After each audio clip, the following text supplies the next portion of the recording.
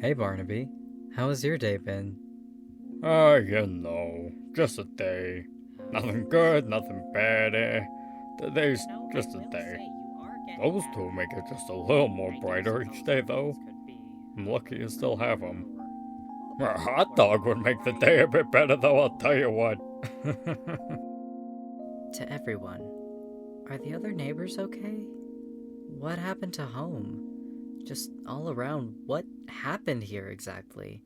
Are the others okay? The little apple doesn't like to think about it. But yeah, home is gone.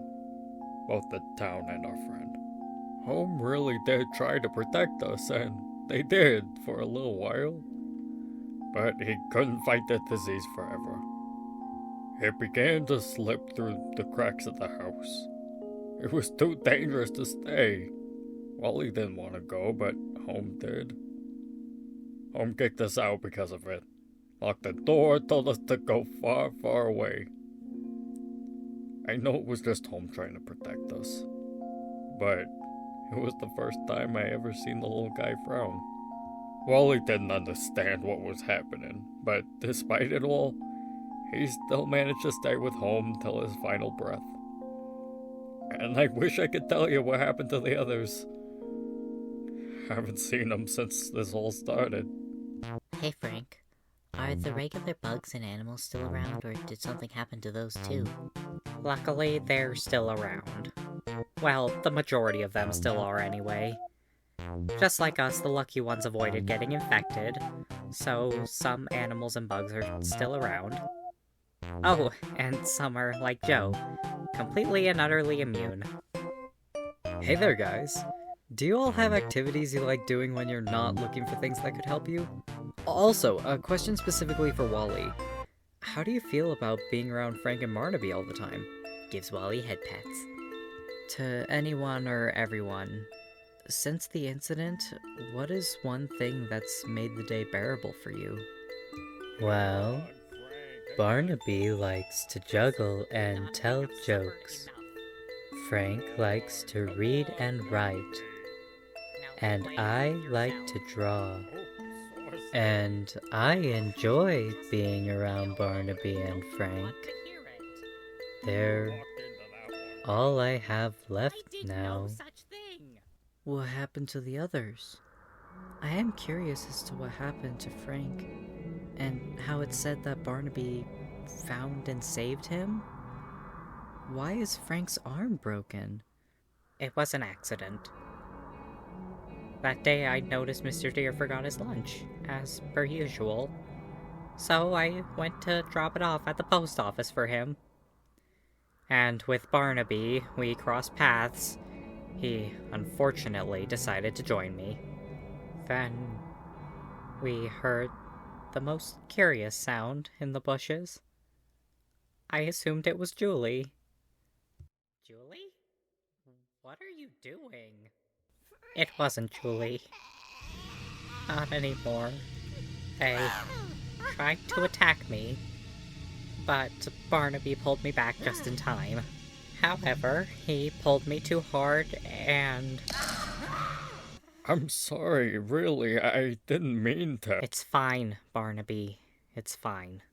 What are your plans, neighbors? Will you try to move from the neighborhood? Do you think you are the only healthy, intelligent creatures left in the area? Oh, we ain't in the neighborhood anymore. We haven't been for a bit. We're heading to my mama's house. She lives pretty deep in the woods. We're hoping she's far away enough from civilization that she's safe from all this, and we can stay there.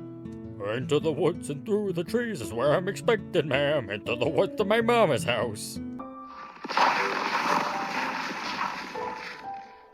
I'm telling you, the smell's coming from over here. Barnaby, you haven't been able to properly sniff out anything since the mold started spreading. Nah, it's over here. Trust. We are just wasting time, to be quite frank with you. I don't think that... I found it. What did I tell you? The nose knows. A package for us? That's just the most. What's inside, Barnaby? Let's find out, little buddy. Flashlight? Well, well, well. Good day, my fine friends. Step right up, gather around, because Howdy Pillar has got just the thing you didn't know you needed. Introducing the super duper handy dandy night bright flashlight, or just handy dandy flashlight for those in a hurry. Now only for 20 yucks. Yes, you heard me right. Just 20 yucks. Folks, what a deal! Now I know what you're thinking. Howdy, why would I want a flashlight? Oh, let me tell you, my dear neighbors, you don't just want this flashlight, you need it! Ever find yourself bumping into things that go bump in the night? Well, no more! With a handy dandy flashlight, you'll be seeing clearer than a firefly at a summer soiree. That's brighter than Barnaby's smile after a good joke and twice as reliable, let me tell ya. Rain or shine, day or night, this beauty lights up your life in more ways than one. It's illuminating, get it? Illuminating? Oh. And oh, so handy when you're stumbling around in the dark like a moth without a moon. Plus, it's so easy to use. Even Wally can't get lost with this baby. So don't delay. Light up your life today with the handy dandy flashlight. 20 yucks and it's yours. I'm practically giving it away, folks. Come on down and get yourself one before they fly off the shelves. Bug pun, absolutely intended. Haha. Pooh!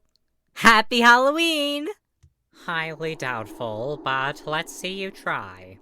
Alright, here we go. Once upon a midnight gloomy, there was a little town with cobbled streets and creaky houses. Now these folks, they like to leave their doors open, the windows cracked, the lights out. You know, the perfect setup for an uninvited guest. Seems irresponsible to me. What did the guest look like, Barnaby? Glad you asked, Walls. This guest didn't have a shape, or a face, or even a body you could see. But oh, you could feel it. Just like that tickle in the back of your throat when you know you're about to sneeze, but it just won't happen. A ticklish ghost. Terrifying. Patience, Frank. So one night, a lady in her cottage hears this raspy, scratching sound from her window. She gets up, opens it wide without thinking. Naturally sees nothing but fog. But when she turns around, she finds a trail of little wet footprints, each one inching closer to her bed. Maybe it was a cat. That's what she thought. She followed those footprints, muttering about how her old Tabby must be tracking mud everywhere. But then, the prints stopped right in the middle of her room. The air grew heavy, like someone was watching. And she turns around. Bam! There it was. Her own reflection in the mirror, smiling at her in the dark. Oh, Barnaby, you're not even trying. It's just her reflection. Ah, but here's the thing, Frankie. She tried to look away, but she couldn't. Her reflection moved when she didn't, smiling wider and wider till her face split open. Nonsense, that's not how reflections work. It was then she heard a whisper, soft and slithery. It said, "Look closer." And like something had taken over her, she leaned in, closer and closer, till her nose was nearly pressed against the glass. And right before her eyes, she saw it. A face in her reflection's mouth. A face that wasn't hers. The mirror was swallowing her up, dragging her right inside. That's ridiculous. Then what happened, Barnaby? They say she was never seen again. But sometimes, folks in that town would walk by that same house, and on certain nights, they'd see her face in the window, smiling back. And the scratching, well, it never stopped. They just don't know if it's her scratching to get out, or if something else is in there, scratching to come out. Barnaby's smile fades, his voice lowering to a whisper. Sometimes, if you're very quiet and listen real close, you might hear it too. For a moment, the room goes silent. Even Frank finds himself glancing in the distance, his protest dying on his lips. I liked that story, Barnaby. It was cozy. Cozy? Yikes, Walls. Remind me to never tell you a bedtime story.